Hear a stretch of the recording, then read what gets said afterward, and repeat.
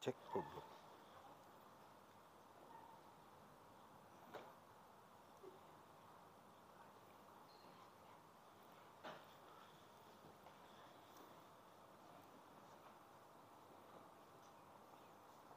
Ini baterai mati atau habis? Belum. Oke. Shalom saudara. Selamat sore. Apa kabar semua? Iya, teman-teman Mentawai ini sempat menghilang. Saya pikir sudah mengikuti Alphonse ke Papua semua, saya pikir tadinya. Iya, mengikuti Alphonse maksudnya. Iya, mengikuti Alphonse kan.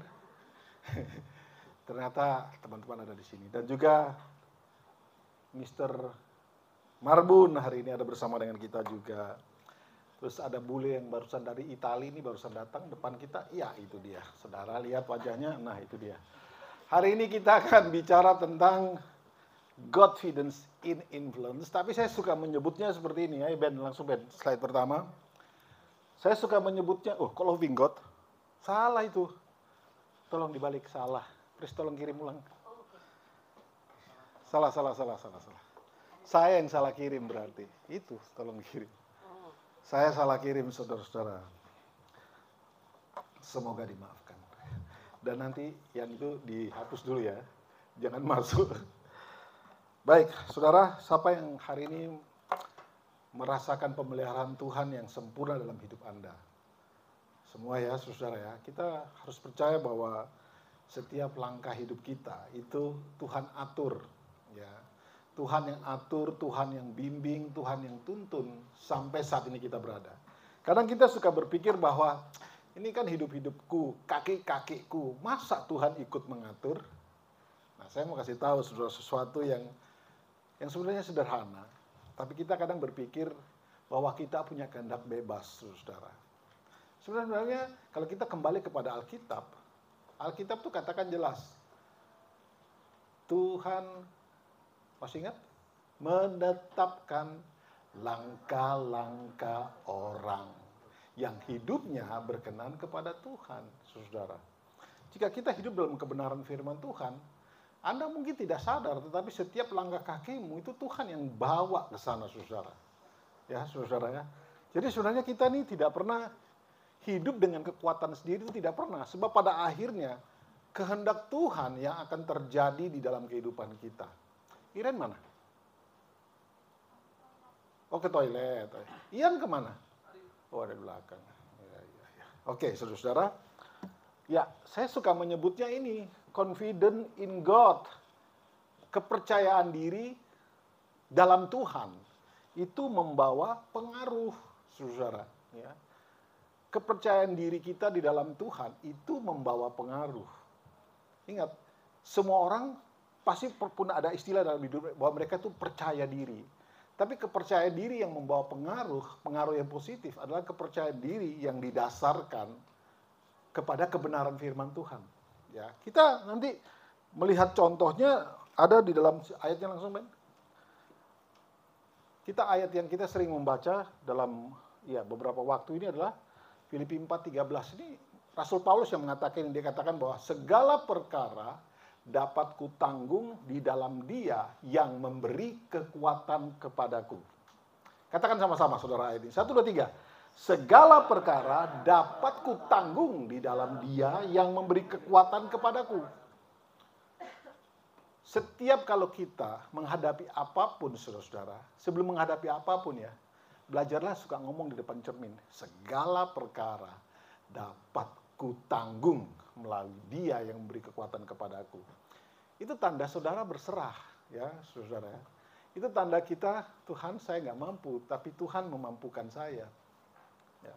Saya suka menyampaikan ini kepada setiap orang-orang yang melayani. Bahwa melayani itu bukan karena kita bisa. Hati-hati saudara. Banyak orang hari ini melayani karena merasa punya skill. Karena merasa punya kemampuan. Karena merasa punya potensi. Jadi ya sudah aku mau melayani Tuhan. Saya kemarin terberkati dengan Echa. Bukan Echa ini. Echa drummer. Ya. Saudara mungkin yang pemain-pemain musik pasti pernah dengar dia punya omongan waktu itu muncul di Instagram, itu TikTok sih sebenarnya dimasukkan ke dalam Instagram. Jadi dia bilang begini, melayani itu bukan Tuhan butuhkan kita. Menarik kan? Bukan Tuhan butuh kita, tapi kita butuh Tuhan. Dan menurut dia melayani itu anugerah. Itu sangat memberkati loh saudara, benar kan? Karena kita kadang-kadang berpikir melayani ya karena saya bisa, karena saya mau. Sebenarnya yang tepat adalah kita melayani itu karena kita membutuhkan Tuhan. Kita melayani itu karena itu satu anugerah untuk kita bisa melayani Tuhan. Iren, itu apa? Oh, saya kira Iren bikin kopi. Perkembangan baru kalau hari ini Iren keluar bikin kopi masuk ke dalam. Iya, memang saya sudah suruh Iren minum kopi pahit. Bisa membantu pergerakan. Semangat, saudara, ya kan? Yang suka minum kopi, ya, saudara pasti akan lebih segar. Bahkan kalau saudara semakin sering minum kopi setiap hari, saudara semakin muda. Ya, muda, bukan mudah, muda. Udah nggak ada hubungannya itu, saudara. Saya kembali ke sini. Saya terberkati dengan perkataan itu, anak musik tadi tuh. Dan saudara kenal Eja kan? Nggak kenal ya? Ya udahlah. Orang ini dia pemain drum yang lumayan sering dipakai oleh Tompi, grup-grup musik yang jazz kayak begitu suka pakai dia. Memang dia hebat sih saudara-saudara. Tapi dia punya pernyataan itu yang membuat tadinya saya punya pikiran kurang bagus tentang orang ini. Tapi pada saat saya mendengar dia bicara, wah, tumben ada anak musik yang jago dan hebat ngomong kayak begitu. Jadi menurut dia melayani itu karena anugerah. Dan pada saat kita melayani saudara, harusnya di dalam hati kita, dalam pikiran kita, ayat ini adalah ayat yang harus menjadi pegangan kita. Segala perkara dapat kulakukan karena Tuhan. Ingat saudara, karena Tuhan yang memberi kekuatan, karena Tuhan yang memberi kemampuan, karena Tuhan yang menganugerahkan semua potensi kita. Amin saudara. Semua potensi yang kita miliki itu anugerah Tuhan. Kita terlahir kosong. Tapi kemudian dalam perjalanan Tuhan memberikan Anda potensi, memberikan Anda skill, kemampuan. Dengan harapan bahwa semua yang kita terima dari Tuhan itu, kita keluarkan, kita berikan kepada Tuhan. Jadi mati hidupnya, lahirnya kosong, kembali kepada Tuhan, juga sudah kosong. Artinya setiap potensi kita sudah tersalurkan. Jadi kalau saudara ada yang punya potensi, yuk kembangkan. Jangan saudara bilang tunggu waktunya. Oh belum waktunya. Hati-hati saudara. Karena Tuhan memberi kita sesuatu itu, dia akan meminta pertanggungjawaban dari kita. Oke, saya kembali ke ayat ini ya. Segala perkara dapat ku lakukan atau ku tanggung di dalam dia yang memberi kekuatan kepadaku. Tapi saya lebih senang di dalam terjemahan bahasa Inggris. Lebih mantap. Coba, Ben, Sam. Dikatakan di dalam, ini King James version ya, dikatakan I can do all things. I can do, saya dapat melakukan segala sesuatu. Nah ini yang menarik belakangnya. Through Christ which strengthen me. Melalui Kristus yang memberi kekuatan kepadaku. Hari ini kalau Anda sampai di detik ini usiamu, itu karena Tuhan, saudara. Harus sadari itu semua hanya karena Tuhan. Kalau Tuhan masih memberikan kita kehidupan, artinya gampangnya begini saudara, artinya ada rencana Tuhan yang masih harus Anda genapi. Amin. Coba bilang kiri kanan, masih ada rencana Tuhan dalam hidupmu yang harus digenapi. Nah, Titus bilang dia, terus yang sebelahnya bilang, ya nikahi aku. Itu kan rencana Tuhan yang belum tergenapi kan? Benar nggak? Benar nggak? Jangan mau digandeng sana sini tapi nggak dikawin-kawin, oh bahaya itu. Ya, amin Eca. Ya, dari Italia dia saudara. Rambutnya begitu beda. Itu bapaknya wakil gembala ada di belakang. Wakil gembala selalu duduk di belakang. Kenapa saudara tahu wakil gembala duduk di belakang? Memantau. Luar biasa. Memantau apa Pak? Oh, memantau handphone. Jadi kalau ada saudara yang punya handphone, jangan taruh sembarangan. Kan beliau itu memantau. Oke, I can do all things through Christ who strengthen me. Ini ayat hafalan saya waktu saya kuliah, saudara-saudara. Kami diwajibkan ada sekitar 50 list, ditaruh di depan kaca, dan setiap pagi ngomong, termasuk ayat ini. Jadi depan kaca, I can do all things through Christ who strengthen me. Setiap hari sampai ayat ini nancep. Dan memang pada saat ayat kebenaran firman Tuhan kita imani, Anda sadar atau tidak sadar, engkau punya kemampuan untuk melakukan apa saja, bahkan melewati hal terburuk dalam hidup Anda sekalipun. Why? Ya itu tadi, karena Tuhan masih punya rencana di dalam hidupmu. Jadi mumpung masih muda, kebanyakan kan masih muda. Ayo cepat sadari panggilan yang ada di dalam saudara. Tidak ada orang yang tidak punya potensi. Tidak ada orang yang tidak punya skill. Semua punya. Ya, dan tentu saja masing-masing orang berbeda, saudara. Tetapi prinsipnya adalah setiap potensi yang Tuhan berikan itu harus dimaksimalkan untuk supaya membawa pengaruh. Kalau kita hubungkan dengan tahun ini adalah the year of kingdom influence, tahun dari ini, tahun dimana saya pikir sih bukan tahun ini aja kita membawa pengaruh. Setiap saat dalam hidup kita sampai kita mati, itu adalah saat terbaik untuk kita membawa pengaruh. Katakan amin. Katakan hidup saya harus membawa pengaruh. Tambahkan pengaruh yang baik. Iya, itu yang penting saudara. Setiap orang bisa membawa pengaruh. Pertanyaannya cuma dua, cuma satu. Pengaruh baik atau pengaruh negatif. Ya, tentu saja Tuhan mau saudara dan saya membawa pengaruh yang baik. Bahkan di dalam hal ini, confidence pun dipakai sebagai alat supaya Anda membawa pengaruh yang baik. Dan kita punya contoh adalah Rasul Paulus. Yang ngomong nih Rasul Paulus. Dan dia ngomong nih bukan tanpa dasar ya saudara ya. Coba, Ben, SM, ayat selanjutnya. Kita akan baca beberapa hal yang melatar belakangin kenapa Rasul Paulus berkata, I can do all things. Aku dapat melakukan segala sesuatu. Tolong dibuka aja ayat-ayat ini. Filipi 4 ayat 11 dan 12. Mama mana? Kemana? Oh, pertemuan. Oke. Filipi 4, 11 sampai 12. Kita baca ini dulu yang pertama. Sama-sama kita baca ya saudara. 1, 2, 3.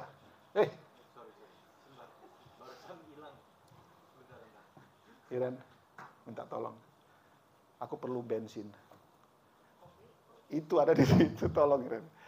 Karena kalau nggak ada bensin, saya bisa mogok nih. Gara-gara mereka tadi nih. Ini bensin untuk membuat pikirannya terus berjalan dengan jalan.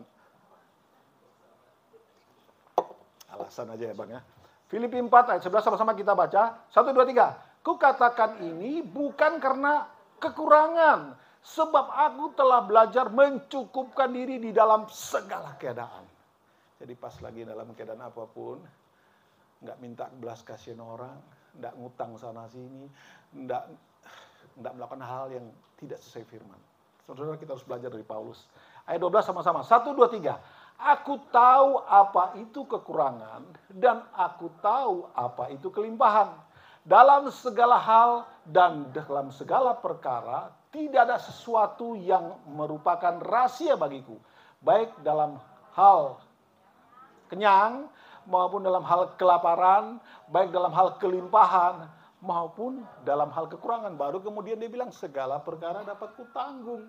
Segala perkara dapat kulakukan. Atau dengan kata lain ini, segala itu siapa yang ikut-ikutan? Kairos pasti kan? Salahkan bapaknya, saudara itu nggak diajari. Segala, dengan kata lain ini, segala keadaan apapun aku bisa lewati. Coba saudara perhatikan berikutnya, ayat yang tadi, 2 Korintus, oleh ayat berapa Ben? Sam? 23. Kita baca sama-sama ya. Sama-sama ya, 1, 2, 3. Apakah mereka pelayan Kristus? Aku berkata seperti orang gila. Aku lebih lagi. Aku lebih banyak berjerih lelah, lebih sering di dalam penjara, didera di luar batas, kerap dalam bahaya maut. Ayat 24. 5 kali aku disesah orang Yahudi, setiap kali 40 kurang 1 pukulan. Berapa itu? Mau dicoba? 1 pukulan aja sudah terkencing-kencing. Ini 39 kali sudah. Anda tahu rotannya orang Romawi? Tahu enggak rotannya orang Romawi? Kayak cambuk, terus punya kayak semacam biji-bijian begitu, bulatan-bulatan begini dan dikasih duri. 39 kali itu dagingnya copot semua, saudara. Di sini dikatakan berapa kali? 5 kali dia didera. Kairos. Ya, kairos. Terus, saudara-saudara, kita baca lagi. Apa lagi itu? 3 kali aku didera, 1 kali sama-sama. 1, 2, 3. 3 kali aku didera, sekali dilempari dengan batu, 3 kali mengalami karam kapal, sehari semalam aku terkatung-katung di tengah laut, ayat 26, dalam perjalanan aku sering diancam bahaya, banjir dan bahaya penyamun, bahaya dari pihak orang-orang Yahudi dan dari pihak orang-orang bukan Yahudi, bahaya di kota, bahaya di padang gurun, bahaya di tengah laut, bahaya dari pihak saudara-saudara palsu. Aduh saudara, apakah ada di antara Anda yang mengalami hal ini? Ngeri loh saudara. Tapi di akhir dari semua dia katakan bahwa segala perkara dapat kulewati melalui Kristus yang memberi kekuatan kepadaku. Saudara, kalau kita dapat kekuatan dari Kristus, saya yakin Anda akan menjadi orang-orang yang seperti kata Pak Arifin tadi, berani. Anda tidak takut, berani, saudara. Nah itu dia ada kekuatan dari Kristus. Berani teriak-teriak pada saat khotbah sedang dia dilakukan. Ya saudara ya, ini keberadaan Paulus. Dan kita melihat melalui pelayanan Paulus, saudara-saudara, dia adalah seseorang yang menulis Injil paling banyak, saudara-saudara, di Perjanjian Baru. Dan orang mengatakan, banyak para teolog mengatakan bahwa IQ-nya Paulus ini sama dengan IQ-nya Musa. Pintar. Dan kepintarannya itu, kalau saudara membaca, mempelajari tulisan-tulisan Paulus, kebanyakan tulisan-tulisannya ini menghadapi setiap filsuf-filsuf palsu yang ada pada zaman itu, saudara. Ya. Pengajaran-pengajaran dia itu menangkis semua pengajaran-pengajaran palsu yang ada. Dan untuk itu dia mengalami semua ini yang saudara baca ini. Saya membayangkan 5 kali ditangkap, dipukulin 39 kali setiap kali. Itu pemulihan dari luka-luka itu berapa lama, saudara? 5 kali, berapa kali hampir mati. Ya saudara ya, ini kita perlu belajar, kita perlu melihat Paulus. Oke lah kalau kita suruh belajar dari Kristus, kita akan bilang, oh Yesus kan Allah yang sejati, walaupun dia juga manusia sejati. Kita belajarlah dari Paulus. Nah, Paulus itu nggak ada apa-apanya juga malah dengan apa yang dia dialami oleh Kristus. Tapi dia sanggup melewati itu. Anda siap? Alkitab mengatakan bahwa kalau Anda hidup bagi Kristus, maka engkau harus siap menderita untuk Kristus juga. Dan jangan kita pikir kita akan lolos dari aniaya. Masih ada waktu, saudara. Sebelum aniaya datang, Anda bisa pindah agama. Jangan jadi Kristen. Kalau kita jadi Kristen terus takut-takut, Anda buang-buang waktu. Ya. Pak Arifin kemarin pas 2 malam dikatakan bahwa salah satu yang masuk neraka adalah siapa? Penakut, masih ingat? Orang yang masuk neraka salah satunya itu penakut. Karena Yesus bilang, barang siapa mengaku aku, menyaksikan namaku di hadapan orang banyak, dan oleh karena itu dia mati, maka Yesus bilang, aku tidak akan malu mengakuinya di hadapan Bapakku. Nah, kalau kamu takut, berarti sebaliknya apa yang terjadi. Saudara, saya percaya Tuhan memberi kekuatan kepada kita. Tuhan memampukan kita untuk melalui segala hal. Hanya saja mungkin kita nggak ngeh. Kok bisa ya saya lewatin ini, saya lewatin itu, kok bisa ya?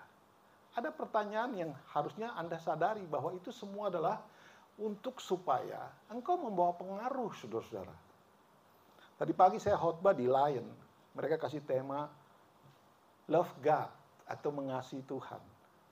Saudara, tahukah Anda bahwa pada saat engkau menghadapi tekanan dalam hidupmu dan Anda berhasil melewatinya, dan kemudian Anda menyaksikannya, Anda itu sedang menunjukkan bahwa Anda mengasihi Tuhan. Ya, kenapa saya katakan demikian? Karena Anda menyaksikan betapa Tuhan itu menolong dirimu, ya, keluar dari setiap permasalahan. Itu artinya bahwa kita mengasihi Tuhan. Sebenarnya begitu. Semua hal yang terjadi dalam hidup kita memang Tuhan ciptakan itu supaya kita ini bisa menyaksikan kebaikan Tuhan.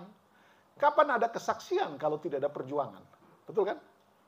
Kapan ada kemenangan kalau tidak ada peperangan? Amin.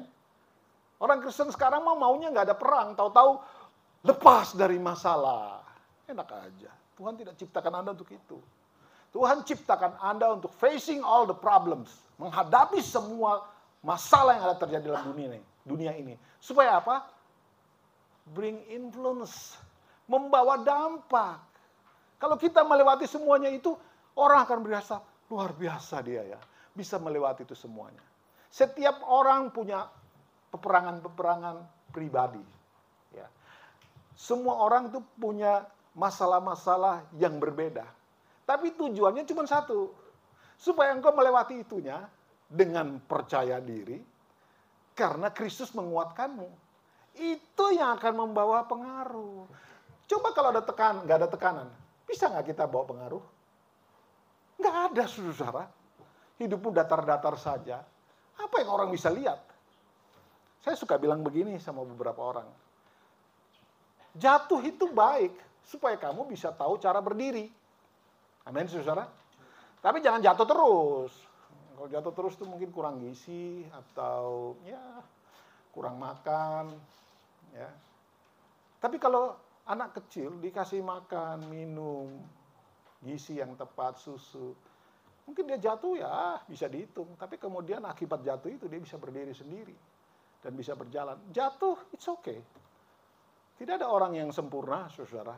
Dan suatu saat kalau Anda jatuh, cepat berdiri, sadari itu, oh aku jatuh, koreksi apa yang salah, itu, dan kemudian bangkit berdiri. Itu yang akan membuat orang bilang, wah orang ini memberi dampak yang baik melalui hidupnya. Dia jatuh tapi dia nggak menyerah. Tolong perhatikan kata-kata ini perlu Anda pegang. Jatuh boleh, tapi tidak boleh menyerah.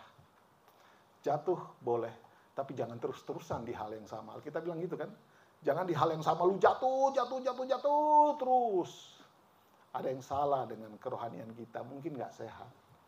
Apa yang Anda minum, apa yang Anda konsumsi, mungkin tidak tepat. Ya, kalau anak kecil, mungkin apa yang Anda minum secara jasmani, apa yang Anda minum makan kurang pas. Kalau dalam kerohanian, dalam gereja, dalam pertumbuhan kerohanian, berarti apa yang masuk mungkin nggak benar. Ya. Jangan suka terlalu buka telinga buat khotbah-khotbah yang membicarakan hak. Hak saudara untuk diberkati. Hak saudara untuk terima yang terbaik. Jangan suka dengar yang kayak gituan. Akan membuat kita tuh kayak kerupuk. Kerupuk itu keluarin dari toples. Nggak sampai 5 menit. Apa yang terjadi Pak Doni? Melempem. Orang Kristen banyak yang kelihatan garang di atas mimbar. Pimpin pujian, oh haleluya, sampai robek semua baju-bajunya. Tapi keluar dari sini, melempem. Kenapa? Apa yang Anda konsumsi secara rohani, itu mungkin keliru. Makanya saya paling tidak suka orang dengar khotbah main HP, saudara. Kenapa? Anda sedang mengabaikan kebenaran firman. Saya sudah berkali-kali kasih tahu kepada saudara ya. Apa beda kita memuji Tuhan dan kita duduk mendengar firman Tuhan? Tahu bedanya? Kan saudara pasti tahu. Kalau kita memuji Tuhan, itu Allah dengerin kita, saudara. Tapi kalau kita duduk dengar firman Tuhan, lu dengerin Tuhan ngomong, mana yang penting? Coba mana yang penting? Tuhan dengar kita ngomong, atau kita dengar Tuhan bicara? Yang keras? Iya. Saya tidak menyindir gereja manapun ya saudara. Tapi kadang-kadang kita ini orang-orang karismatik keliru dalam hal demikian.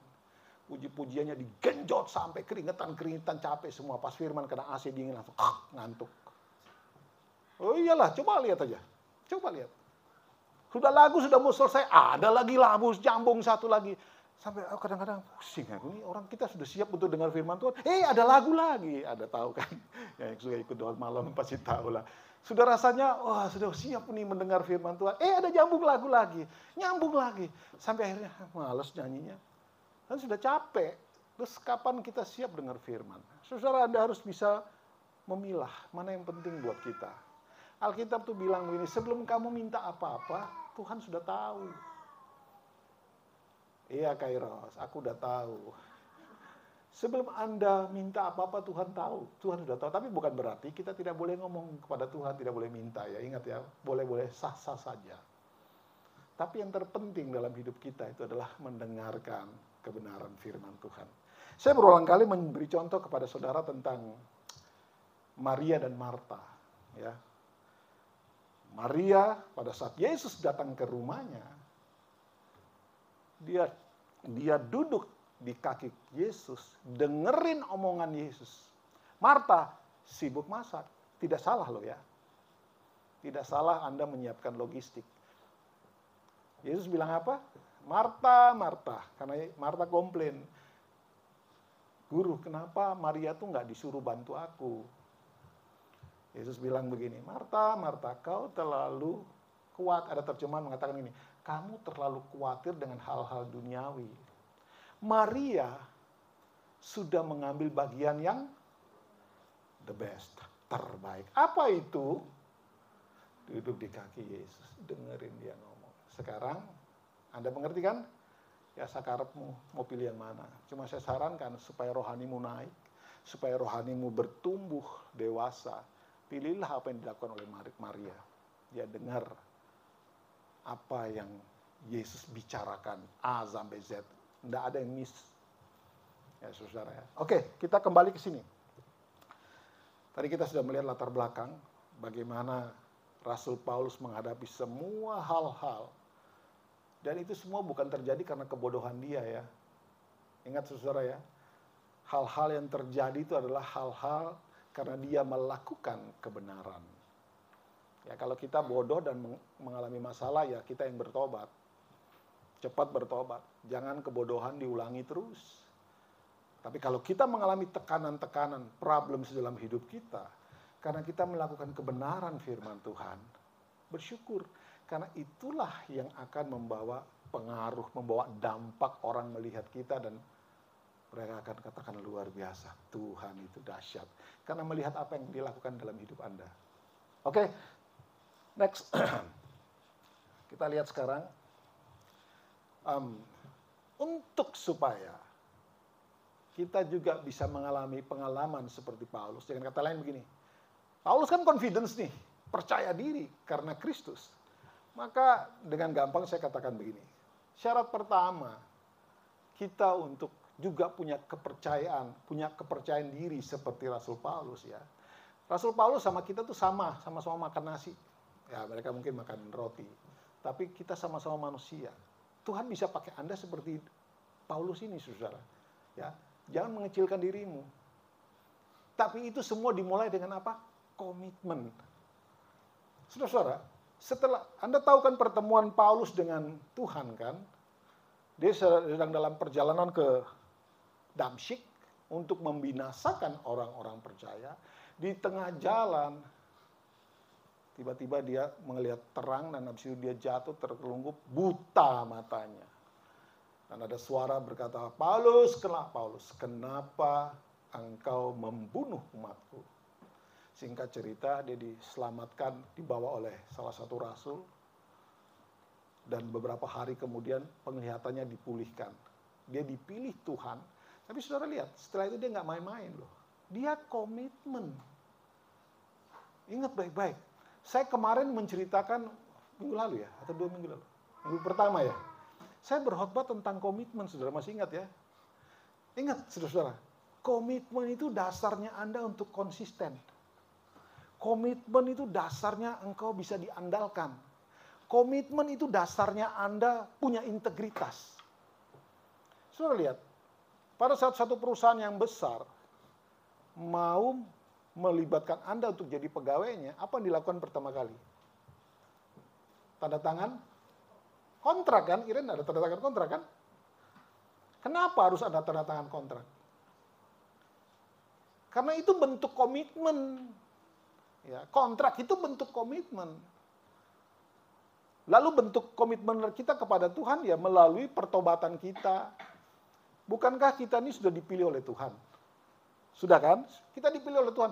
Sebenarnya pada saat kita mengalami Kristus dalam hidup kita, sebenarnya komitmen itu sudah harus mulai saat itu. Tidak tunggu Anda kena masalah dulu baru mau komitmen. Rasul Paulus, dia mengalami masalah dulu karena dia penganiaya.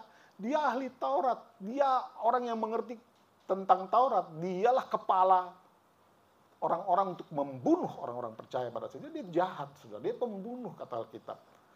Pada saat dia bertemu dengan Tuhan, berubah, dan sejak saat itu dia komitmen, saudara. Seperti saya tadi katakan kepada saudara, Rasul Paulus ini orang yang sudah orang pintar, saudara. Dia sekolah Taurat sampai lulus di Yahudi dan kemudian dia kembali ke daerah asalnya di Yunani sana. Dia kembali belajar filsafat. Saya mempelajari dia punya perjalanan hidupnya. Dia belajar filsafat. Dia itu bisa disebut seangkatan dengan beberapa filsuf yang cukup terkenal dari daerah Yunani sana, saudara. Dan dia karena dia bertobat, pengetahuannya itu dipakai oleh Tuhan untuk melawan pengajaran-pengajaran palsu. Nah, saudara, hal pertama supaya Anda itu bisa confidence adalah komitmen. Sementara komitmen secara singkat aja, Chris. Komitmen itu apa aja sih? Apa saja sih? Komitmen itu apa sih? Langsung. Belum keluar ya? Saya perlu bensin. Karena takutnya ngadat. Ya. Yang pertama. Ya. Komitmen itu bukti keseriusan setiap orang percaya kepada Allah. Serius enggak? Kan sebelum menikah, yang sudah pernah, ini Yana jadi belakang itu contoh yang baik. Sebelum menikah kan harus komitmen toh. Komitmen kan bukti keseriusanmu untuk menikahi Weni, bukan? Ya kan? Iya Wen, betul kan? Nah, komitmen juga bukti Weni kepada Ian dengan menikahinya. Ya, jadi komitmen ini ada dua pihak yang bersama-sama membuat satu perjanjian dan sama-sama mau menaatinya. Nah, komitmen itu menurut beberapa bapak gereja adalah bukti keseriusan Anda sebagai orang percaya dalam mengiring Tuhan. Kalau Anda nggak serius, lebih baik jangan melayani. Kalau Anda nggak serius, lebih baik jangan jadi orang Kristen. Karena begitu kita percaya kepada Kristus, Anda menaikkan satu kontrak sampai engkau mati. Ya. Yang kedua, arti dari komitmen adalah perubahan positif. Menuju perubahan positif itu butuh proses ya saudara ya. Di dalam perjalanan untuk menjadi positif Anda bisa jatuh, it's okay. Tapi tadi saya sampaikan di awal bahwa kejatuhan itu adalah pembelajaran kita untuk bisa berdiri. Yang berikut, kesediaan memberi diri mentaati firman Allah dan menerapkannya dalam kehidupan sehari-hari. Itu komitmen. Ya saudara ya, itu komitmen. Bukan cuma sekedar rajin datang gereja. Bukan cuma sekedar melayani Tuhan. Tetapi Anda menerapkan prinsip kebenaran firman Tuhan di dalam kehidupan sehari-hari. Berat kan? Berat atau berat? Berat. Siapa bilang ringan? Jangan bilang ringan sembarangan loh. Berat saudara, tetapi inilah karena kasih karunia kita dimampukan untuk bisa berkomitmen. Ya. Ini dulu Anda harus punya satu ketetapan hati. Berdoa di hadapan Tuhan, Tuhan aku mau berkomitmen di hadapan-Mu. Aku mau membuktikan bahwa diriku serius dengan Engkau. Aku minta pertolongan tanganmu supaya aku bisa menjadi orang yang positif, berubah ke arah positif.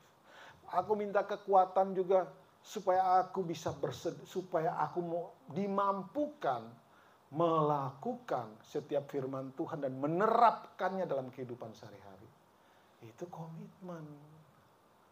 Kalau komitmen ada, baru pasti ada yang namanya konsisten, betul kan? Ya kan, kalau nggak ada komitmen mana mau konsisten? Betul nggak Eja? Betul nggak Eja? Ya. Kalau kita nggak punya komitmen ya saya nggak heran kalau ada orang-orang yang on off, on off, bukannya stabil. Kenapa? Mungkin saja dia nggak komitmen. Coba Iren misalnya yang sudah tanda tangan kontrak. Terus dalam perjalanannya, dalam kontrak diatur jam kantor jam 7. 1 minggu pertama jam 7 kurang 5 muncul. Terus 1 minggu berikutnya mulai bolong-bolong tuh 7.15, 7:05. Ada konsekuensinya tidak Iren kira-kira? Ada. Kalau Anda bekerja di perusahaan dunia, ada konsekuensinya. Anda bisa dapat SP. Kamu melanggar komitmen. Ya. Nah, kalau dengan Tuhan, pada saat Anda melanggar komitmen, lebih berat saudara-saudara konsekuensinya. Kenapa? Karena kita ini diciptakan untuk membawa dampak positif. Ya. Gara-gara Anda tidak komitmen, orang lain akan melihatmu begitu dan mereka akan berkata, aku juga seperti dia yang membawa hal yang tidak baik, saudara.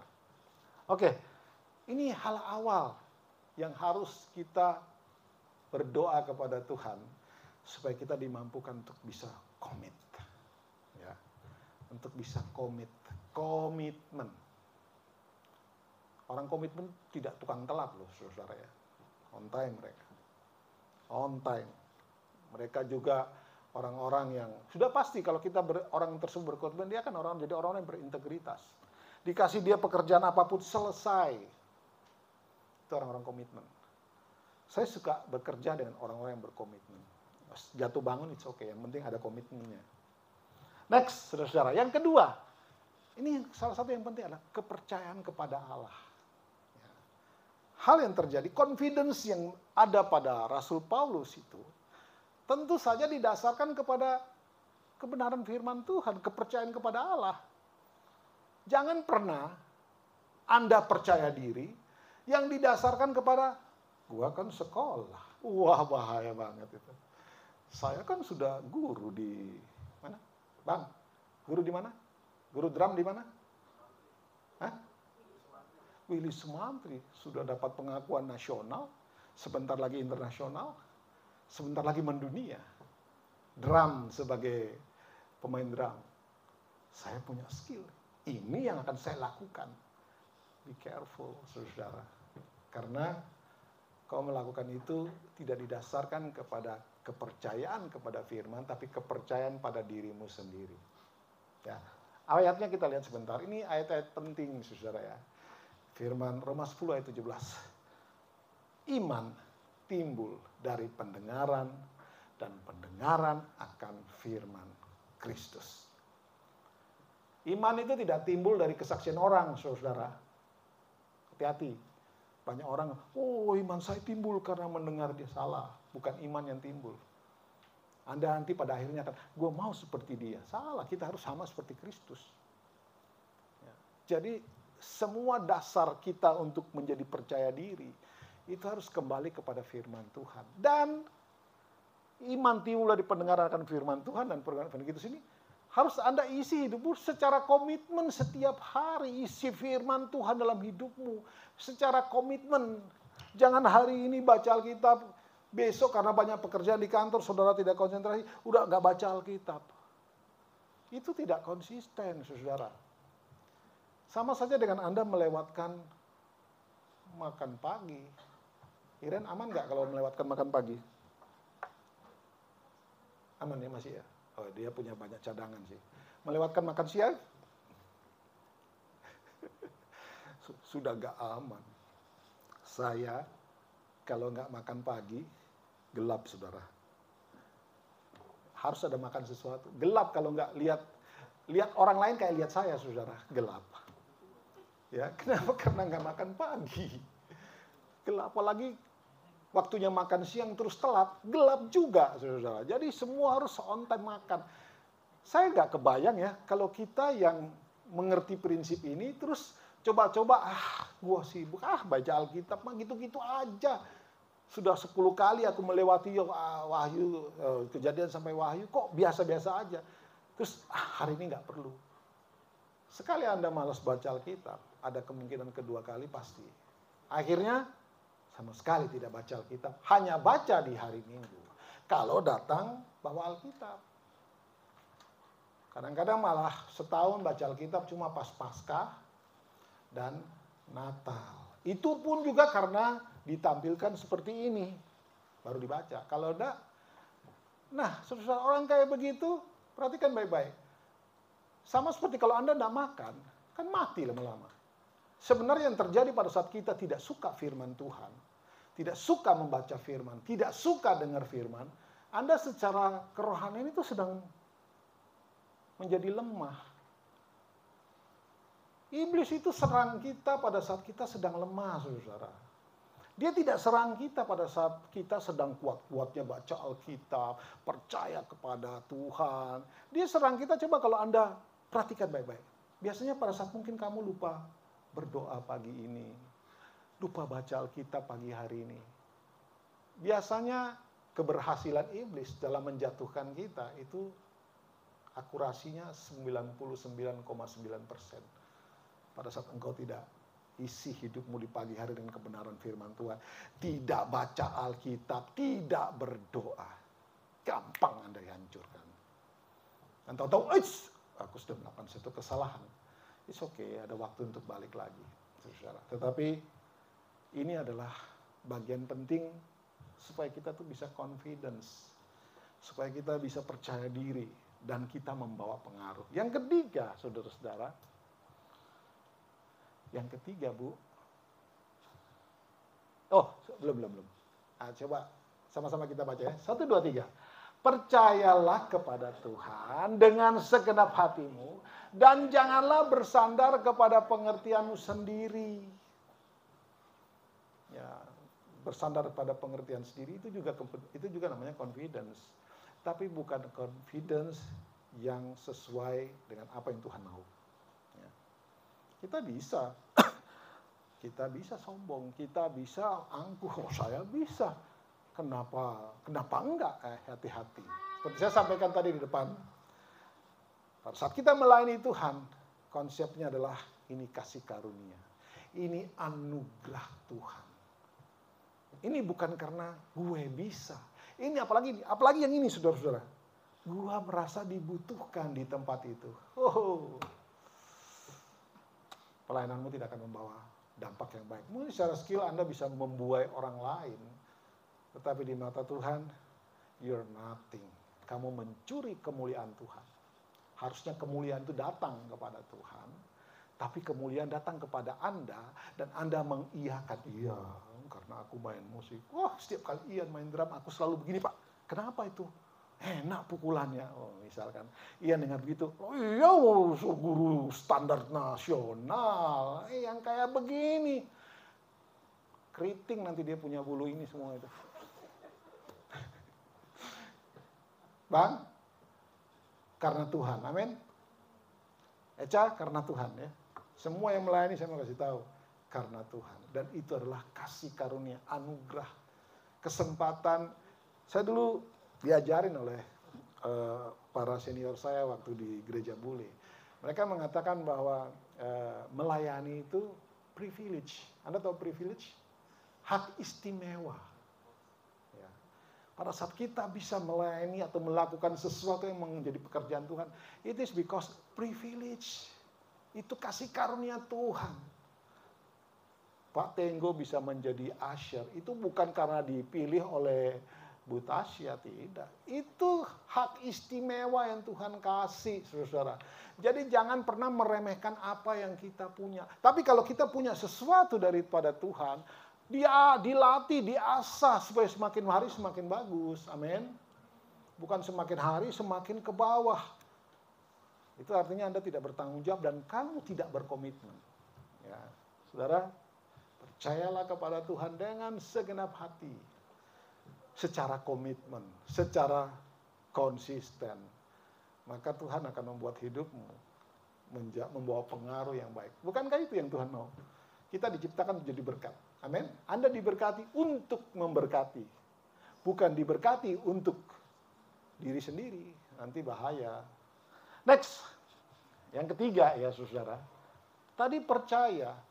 Yang berikut ini adalah dinyatakan dalam action, dalam tindakan. Kepercayaan saudara kepada Tuhan itu harus dinyatakan dalam perbuatan. Amin saudara. Ini ayatnya, kita baca sama-sama. 1, 2, 3. Kamu lihat bahwa iman bekerja sama dengan perbuatan-perbuatan, dan oleh perbuatan-perbuatan itu iman menjadi sempurna. Saudara, action di sini punya pengertian adalah, kalau kita percaya kepada Tuhan, orang tahu kita orang beriman, maka sikap hidup kita ya harus seperti orang yang punya iman. Artinya, kita bilang kita beriman, tapi kita suka nipu orang. Itu nggak cocok, saudara. Ini maksudnya ayat ini ya.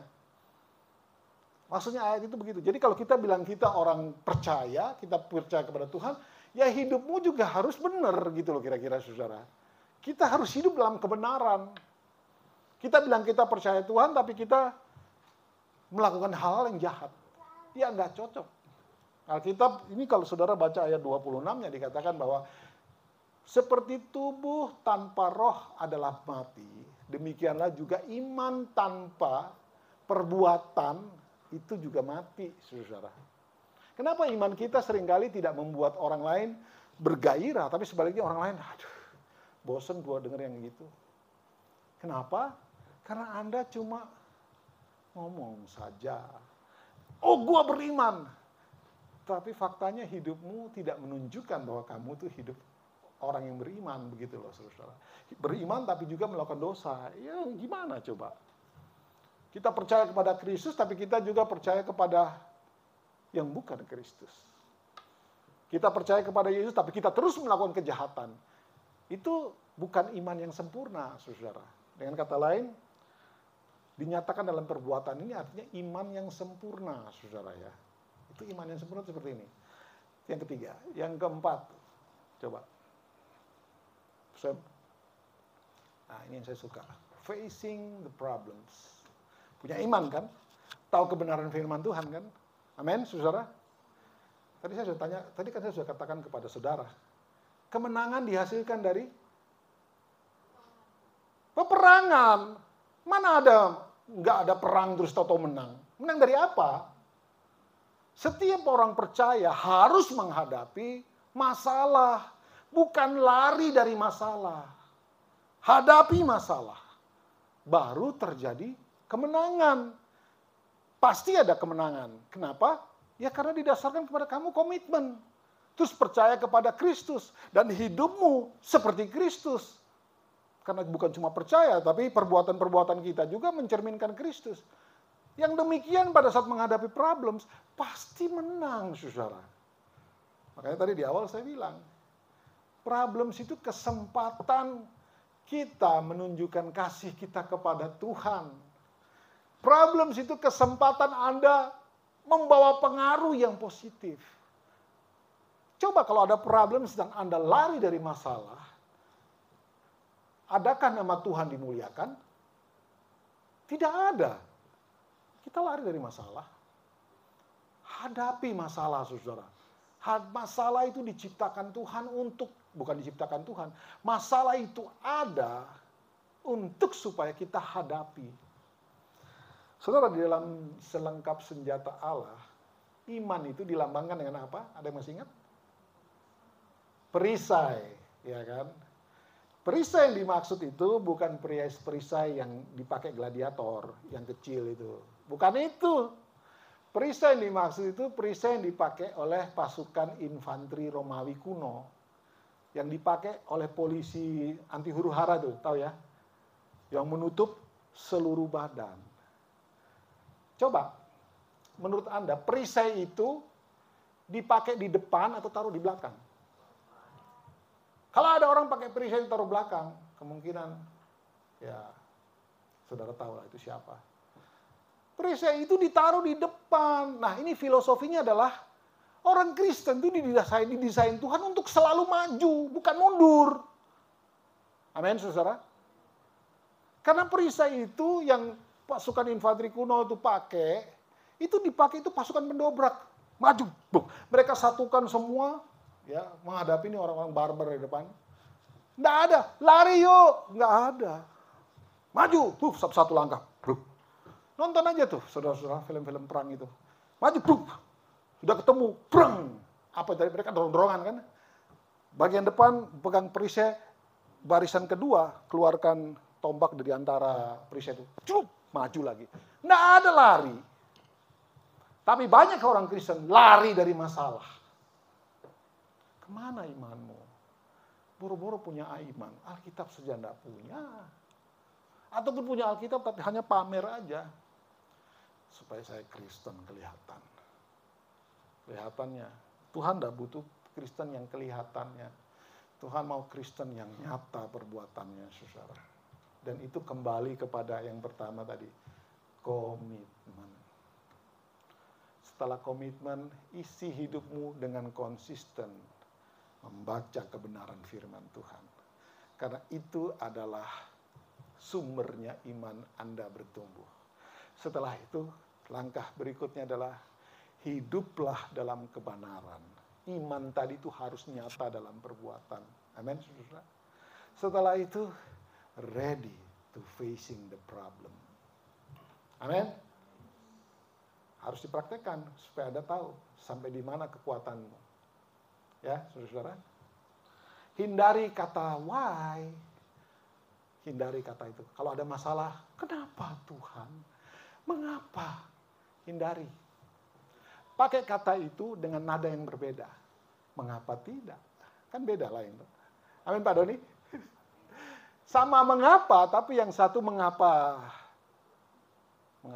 pengecut, mengapa ketakutan, yang satu mengapa tidak. Lain kan? Mengapa tidak ini menunjukkan you are confident in God. Menunjukkan bahwa Anda dan saya ini percaya diri karena Tuhan. Barulah you can do all things. Setelah percaya kepada Tuhan, hidup dalam kebenaran, problem apapun, monggo mas, silakan mas iblis. Kalau ada problem yang kau mau coba-coba aku, silakan. Because I can do all things. Karena segala perkara dapat kulewati bersama dengan Kristus. Tanpa ini yang saya katakan semua, tidak mungkin saudara. Tidak mungkin Anda punya confidence yang memberi pengaruh yang baik. Tidak mungkin. Anda mungkin berconfidence untuk memperkaya dirimu, mungkin bisa. Ya. Untuk mengisi hidupmu sendiri mungkin bisa. Tapi untuk menjadi berkat, nggak bisa, saudara-saudara. Karena kalau kita mau jadi berkat bagi orang lain, maka kita harus pakai cara Tuhan. Amin. Harus pakai cara Tuhan. Bukan cara kita sendiri. Dunia ini menawarkan segala macam cara supaya Anda jadi orang yang confidence. Tadi saya kasih tahu. That's false confidence. Itu yang terjadi adalah Anda akan mendapatkan confidence yang palsu, yang standar dunia. Kita tidak butuh standar dunia, saudara. Kalau Anda merasa Anda lebih baik, orang Cina bilang begini, di atas gunung Tian Shan ada gunung yang lebih tinggi lagi. Ada awan di atas itu semua. Gunung yang paling tinggi itu masih ada awan di atasnya. Tapi kalau engkau berjalan dengan Tuhan, mau yang mana? Musuhnya setinggi gunung, fine. Allah kita di atas. Yang di langit ketujuh, Tuhan di atas itu juga. Coba kita lihat, Sam, satu klik lagi. Kisah yang saudara pasti tahu ya. Daud lawan Mas Goliat. Nah, saudara nanti buka di ayatnya, buka aja sendiri di rumah. Satu kali lagi. 1 Samuel berapa itu? 17, saudara. 2 Samuel 17, saudara nanti bisa buka ya. Singkat cerita, Daud pada saat menghadapi Samuel, itu dia masih umur 17 tahun. Dalam keluarga nggak dianggap anak bungsu tapi hidupnya di padang gurun. Ngurusin 5 ekor domba. Kasihan ya. Jadi Isai itu sebenarnya miskin, bapaknya itu miskin, nggak kaya. Semua saudara-saudara Daud itu jadi perwira di pasukannya Saul, karena pada saat itu Raja Saul. Singkat cerita, orang Filistin berhadapan dengan orang Israel, dan tampillah dari pahlawan orang Filistin, seseorang yang bernama Goliat, yang tingginya 2, sekian meter, besar. Dan orang ini kerjanya tiap hari nantangin orang Israel. Ayo, siapa yang paling hebat dari kamu? Hadapi aku. Kayak kerupuk tadi melempem. Ciut. Besok bangun lagi dia. Siapa yang berani? Ciut. Gak ada yang buka mulut. Semua diam ketakutan. Hari ketiga dan seterusnya. Suatu saat orang itu, si Goliat berkoar-koar, pas Daud lagi nganterin makanannya buat kakak-kakaknya. Pada saat dia dengar begitu, wah ini orang yang biasa dengan Tuhan. Orang yang biasa dengar firman. Orang yang biasa hidup dengan Tuhan. Orang yang biasa lawan singa, beruang, maling. Yang biasa melawan itu, panas telinganya. Lalu tahu dia bilang apa? Siapakah orang tidak bersunat itu? Luar biasa kan kata-kata ini.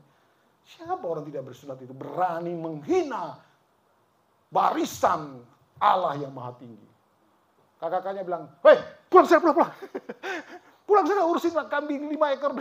Ngapain datang sini?" "Ngapain sih, aku cuma kan bertanya." Itu kalau saudara baca ceritanya. "Aku kan udah bertanya. Ini kan aku antar makan." "Udah pulang. Salah satu dari bawahan Saul mendengar perkataan si Daud ini, ngomong sama raja, "Tuan, ada anak kecil. Berani loh." "Oh, siapa? Panggil. Panggillah si Daud muncul. Singkat cerita, dia bilang, "Aku berani melawan dia, aku siap." Sama Saul dikasih dia punya pakaian perang. Ternyata sama Daud keberatan, bos. Itu Daud kan kecil, saudara, masih muda, merah-merah, ya seperti ini loh. Yang di belakangnya, itu, ya kecil. Dipakai, dia lepasin semua. "Tunggu sebentar, rajaku, aku mau pergi dulu." Kemana dia? Dia pergi kemana? Sungai. Ngapain? Cari ikan. Cari batu. Kalau saudara kemana? Ada musuh besar, pergi dulu. Cari si yang punya uang banyak bisa tolong aku. Enggak, ini. Dia pergi cari batu, cari peluru. Ya. Tapi lebih daripada itu, dia bilang begini, "Saya terbiasa hantam itu beruang, singa. Si Goliat ini tidak lebih dari mereka." Itu bahasa yang luar biasa. So confidence. Tapi saudara tahu dia hidup memang begitu bersama dengan Tuhan. Kerjanya dia nyanyi di padang gurun sambil jaga kambing dombanya yang 5 ekor itu. Singkat cerita, datanglah dia menghadapi. Saudara tahu ceritanya ya kan, menghadapi Goliat.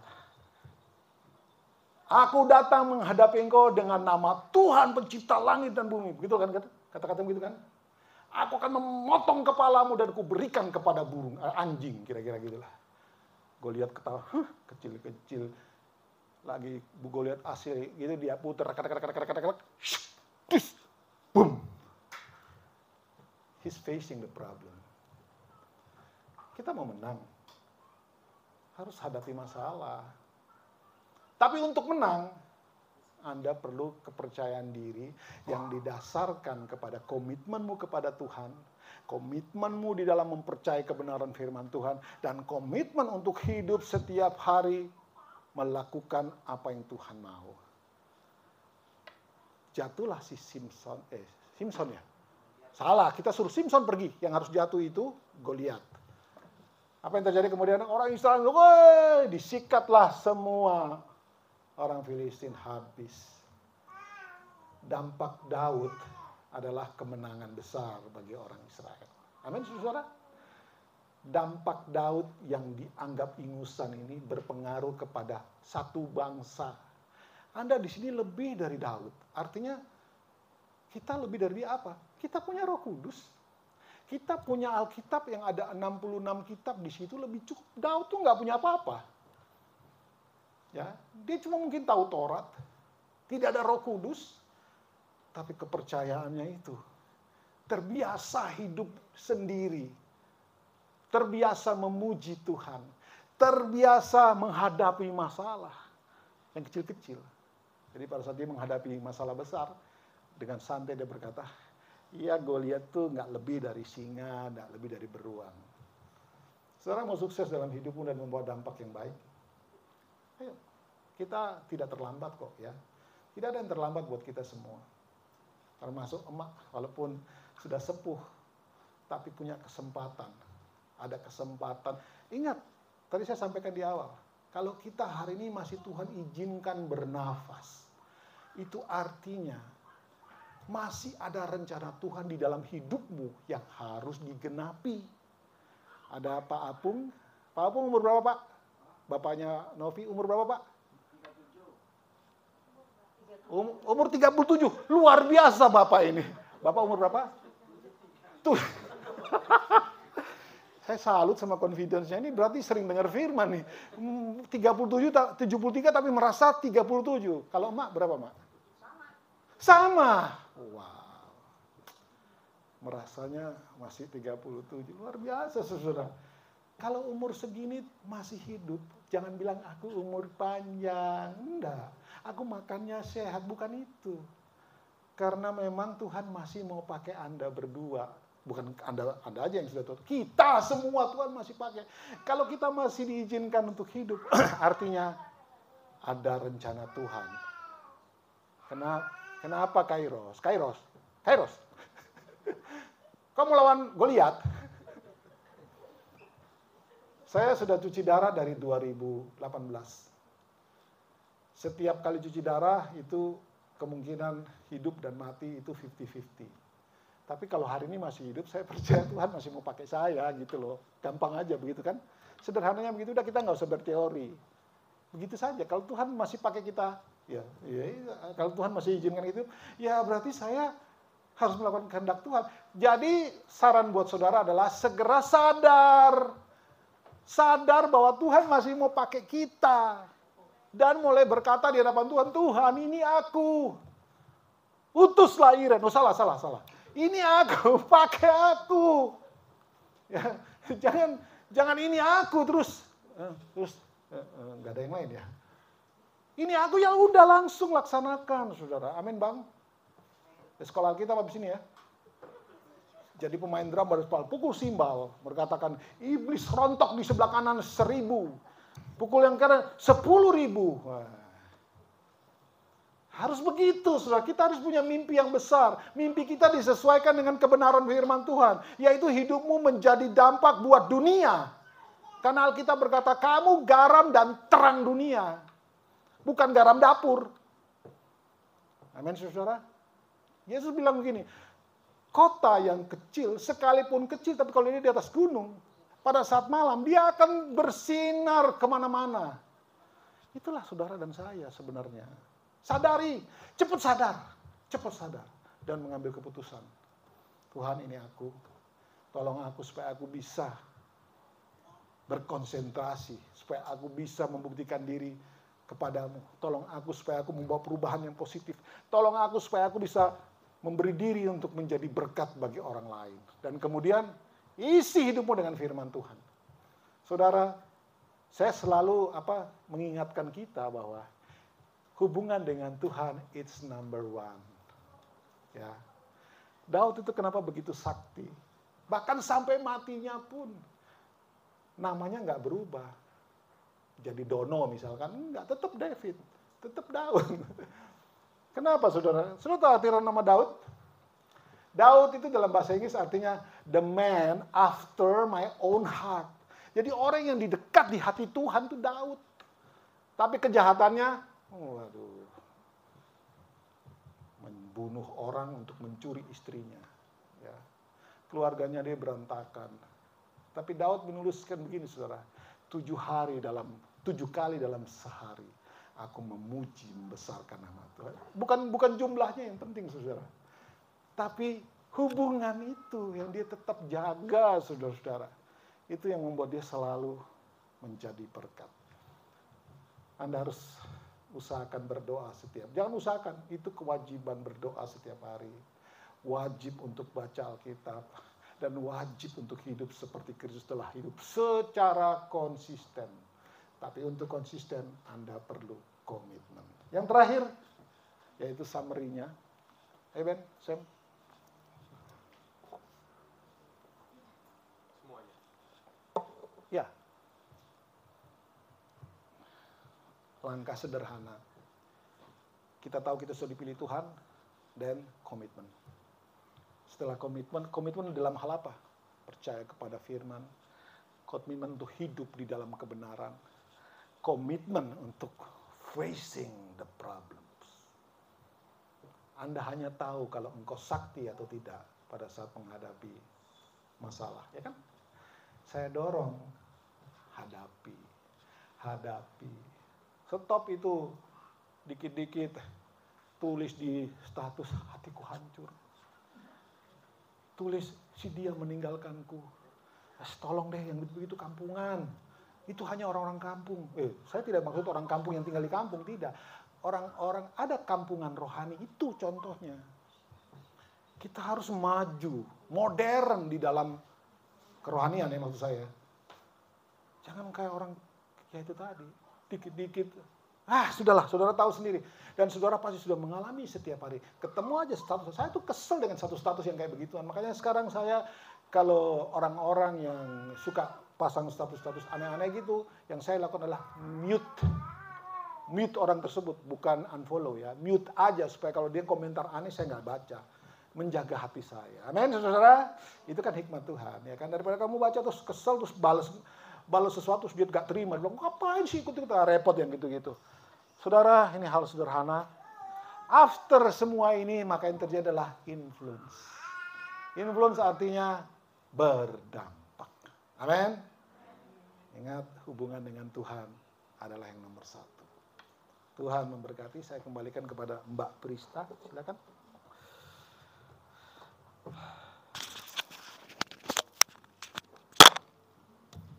Pemain musik silakan pulang.